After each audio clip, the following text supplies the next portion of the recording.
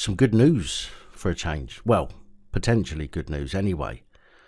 Policing could soon be licensed, by which I mean just like security guards are licensed and medical professionals are licensed, with a fitness to practice check held every 5 years.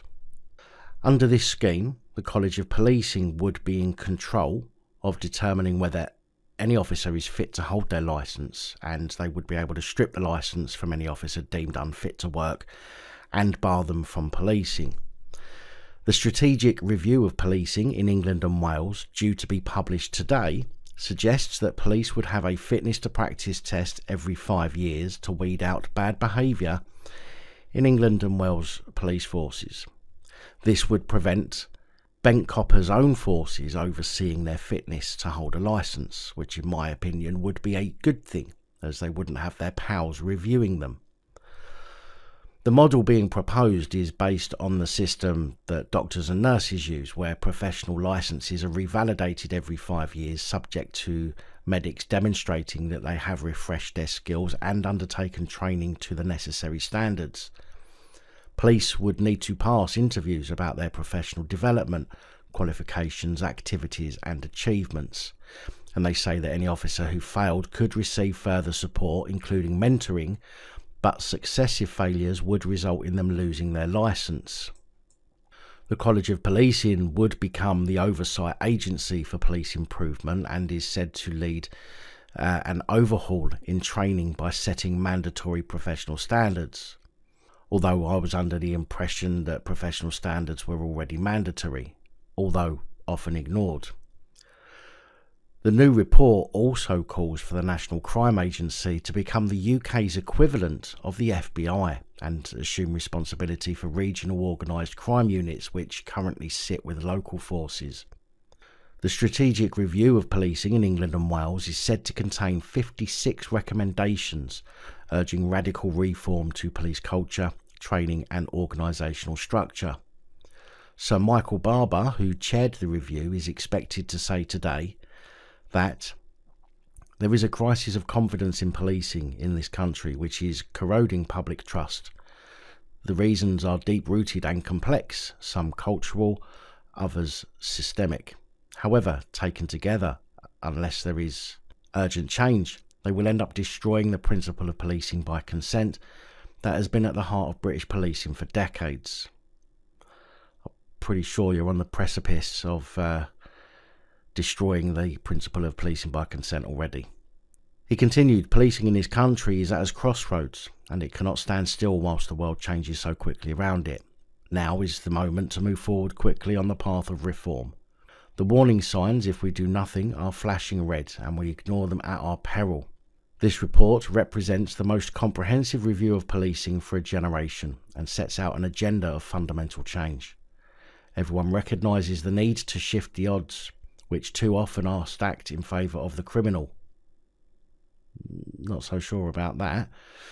We need a modern police service fit for the future, which is at the cutting edge of technology and training. In 2021, 53% of all offences in England and Wales were fraud or cybercrime. Only 0.1% led to a charge or a summons, which is why the review also suggests reforms of a crime prevention agency setting national standards for businesses and individuals to follow to protect themselves from fraud. The report also calls for more police to go back on the beat. Yeah, don't worry, I don't for a moment think that this image represents the future of policing. When they talk about beat bobbies, this is what I think of, as I'm sure many of you do. But no, instead we're faced with beat bobbies in body armour, carrying all sorts of weapons, chip on their shoulder and an attitude. With major investment in frontline policing and technology to modernise the service, especially since the number of crimes being solved has almost halved over the past 7 years.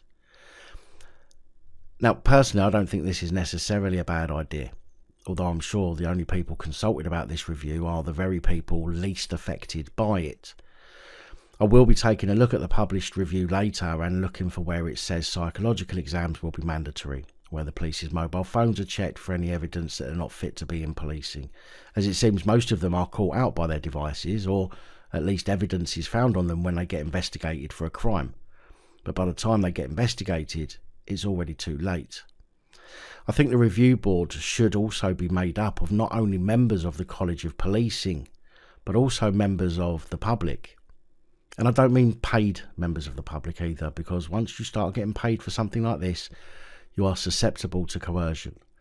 Maybe some of the organisations, such as Liberty or others, should get involved, so there is a balance of views over each police review, and so that, like so many police organisations currently are, it isn't solely police investigating police, as we've already seen how this simply doesn't work. Now, I generally believe a system such as this would be beneficial, as I've already been saying for weeks. They should have regular psych tests and reviews of their devices, which so far hasn't been mentioned in any of the reports, but we'll wait and see what the full report has to say. And I do like the idea of more police back on the beat. Higher police profile in communities will help to deter some crimes, and like the good old days when the community bobby knew exactly who you were, it would help to prevent some youngsters heading into crime knowing that they are known personally by the local beat bobby. Overall, I think the idea is a relatively good one, but as I say, I'll check out the report later and see what else is said. Now, what do you think? Do you think 5-year fitness to work reviews will work? Do you think it should be more frequent? Is there anything you would like these reviews to cover that you think yourself would be beneficial? How many successive failures of the fitness to work review should each officer be allowed before they're given the boot rather than more training? These are things I'd like to know, and I'm sure any coppers watching this would be interested in hearing your views as well. So please do let me know in the comments. Big thank you to channel supporters, especially these guys. Your support is truly appreciated. Don't forget to like, share, comment and subscribe. Let me know your thoughts, as I know many of you will. And until next time, stay safe, look after each other, film the police and other officials.